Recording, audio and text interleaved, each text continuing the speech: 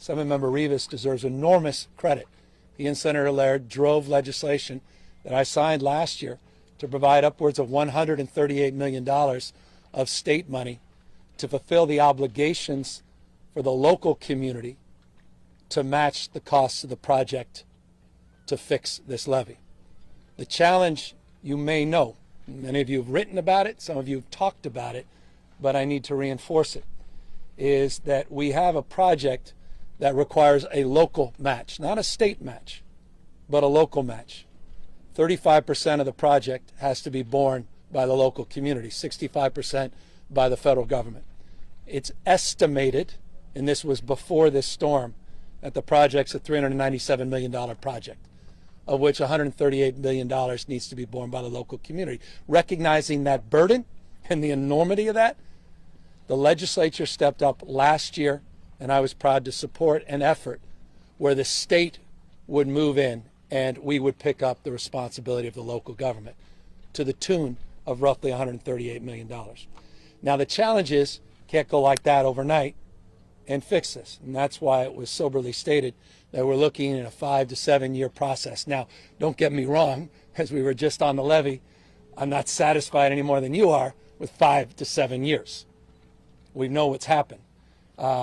Just in the last 5 months, you were this close in January, 3 months, 2 months ago, in terms of that levee breaching. It had not been for the work that was done by your local water agencies and support of some of the state agencies, we may have had an incident in January. We're not out of the woods. Again, the 11th atmospheric river on our way to the 12th, and we're only on the 15th of March.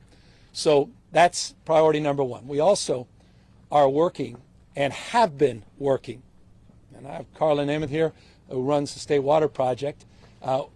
We have been working with the Army Corps to move away from this mindset as it relates to that socioeconomic front, because there are other communities, not just this community, that potentially will be impacted by similar analysis. We've got to change the way the federal government scores these projects to prioritize those communities that are most vulnerable, period, full stop. If you're California, our values flip to one where we focus, particularly as it relates to disaster response and disaster preparedness, from the lens of socioeconomics. That's the framework which we look to our work on wildfires. It's the aim to which we work as it relates to flood protection as well. The federal government we need to work more collaboratively with. We have put them on notice. I'm reinforcing it here today, not in reaction to this incident, but reinforcing it certainly after this incident, the imperative of moving in that direction. Number three, I recognize the imperative of what was stated. There are a lot of people here that are not immediately eligible for assistance. Folks out here that we're very mindful of. There's not a state in America, not one state, no other state that does more for farm workers in the state of California, and we don't do enough. Please include that. And we don't do enough. I want folks to know, you may know this, but it's important to reinforce today, March 15th, United Way was able to get $42 million from USDA, and they're starting to send out $600 checks for farm workers regardless of their immigration status. And they're working with United Way in Santa Clara, and here in Monterey County, and in other impacted communities. 42 million is not enough, but I want to applaud the great work the United Way and their partner agencies, local agencies, as well as the larger CBO network and philanthropy that we're working with, as we do in these instances, to backfill and offset some of the immediate stress and costs as we work to stack a deeper understanding for FEMA so that we can work towards that major disaster declaration. I've done too many of these major disaster declarations in just 4 short years as governor. We're still assessing the damage to do that, and that's being assessed in real time. And I assure you, no one is more eager to promote that and get that established. And we've had direct conversations with the White House and the President himself, who we talked to on Saturday, specifically about the circumstances here, that's more eager to provide that once we reach that threshold. Beyond that, we now do have an emergency deck that includes, as of yesterday, 43 counties of the 58 in the state of California. We do have, as I speak, 31 shelters that are operating in 14 counties in the state of California. And we continue to provide, in the short run, the kind of high water vehicles that you see around, and obviously the swift search and rescue teams and the work with CAL FIRE, where they're working in collaboration with the incredible, I call them all Swiss Army knives, National Guard, men and women, and the Conservation Corps and others to address not just this moment, to prepare for this weekend and the moments beyond. And I say the moments beyond in closing. I heard loud and clear stormwater capture. That's why I've done 2 executive orders on that front. That's why I did a water plan a few months ago. Please take a look, the 2040 water plan that comes out with numeric goals on groundwater storage, stormwater capture, and water recycling. And because of the legislative leadership of Assemblymember Rivas, $8.6 billion to back that up. A plan, numeric goals, strategies, and money that's been set aside and is being invested and appropriated. And the priority now is time value of these projects. Get these projects moving. And that takes executive orders. Well, we just did 2. I don't want to have to do that in every case, but we've got to fast track these permits so we address that legitimate issue as well, so we capture more of the extremes. I'll close on that. I know this has been extremely stressful for everybody, and keep referring to it. It's a stacking of stress. Everything everybody's been through, not just with these storms of, 6 months ago was the drought.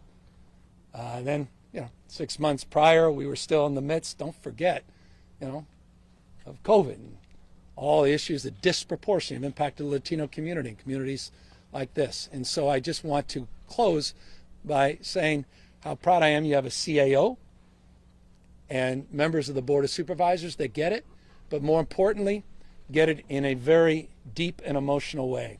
As we were talking in the back of the car, as we were driving to Levy, how proud they are of this community, and the word over and over that was used, resilience. And so it's in that spirit of resilience and the spirit of recovery that we're here with great expectations, and expectations that will be met, and accountability with the state, federal, and local leaders that will be equally shared. With that, of course, all of us are here to answer any questions. Governor, for many people, this flood was their worst fear realized. As you said, this is a known problem. It's been known for decades. The money is there to fix it. When can people expect to see construction on the solution? Well, we've got the temporary fix. It's ongoing as we speak, and I say ongoing. They may have plugged it late afternoon yesterday. We still have to stack it in preparation of what may come. As we noted, the money, $397 million before this current situation, 10-mile or so levee out to the sea, a project that was scoped but wasn't funded at the local level. The state will provide that support. We provided $15 million in the last many years for pre-planning and other work on this project. At the state level, we have been providing that support. We have a 5 to 7 year timeline that has been pre-established, but based upon this experience, no one has patience for 5 to 7 years. And that now is our job, working with the Army Corps to look at the scope of the project anew and look at that timeline anew, and I assure you those conversations are already underway. One more quick question. You mentioned you spoke with the president. What guarantees of help has he given you? Can you tell us what that conversation was like? He didn't give anything more than an immediate response to our emergency recommendations, or rather requests, within a nanosecond. And he didn't do that by passively having his regional folks did it. He did it by picking up the phone and say, "Hey, pal," quote unquote, "yes." I said, "Well, I haven't even asked the question, Mr. President." He says, "As soon as I get it, we're signing it." He's done that over and over. We saw that in January. We saw that late December, not just in January. Can't ask for a better partner. And I'm not saying, forget politics. That's just a fact. Cannot ask for a better partner. And I mentioned, Mr. President, the goal is a major disaster, so we get this direct assistance to small businesses, individuals, but we recognize we've got to meet the threshold. and we're in the process of assessing that. He says as soon as you get that assessment in, let me know. And so we have all the confidence he'll be there for us. When the There are financial thousands of people all over the state, farm workers who are out of work, out of homes, who have been impacted by these floods. The federal government and the state stepped in to save Silicon Valley Bank. Is the state and federal government going to step in to save, make whole these people? Well, there's 42 million reasons why those dollars are going out right now in real time. I know it's short term. We're in the midst of this. We're trying to keep people. We lost another life last night. We lost 4 in these storms. We're not out of the woods. We're still, as I say, under emergency in 43 of the 58 counties.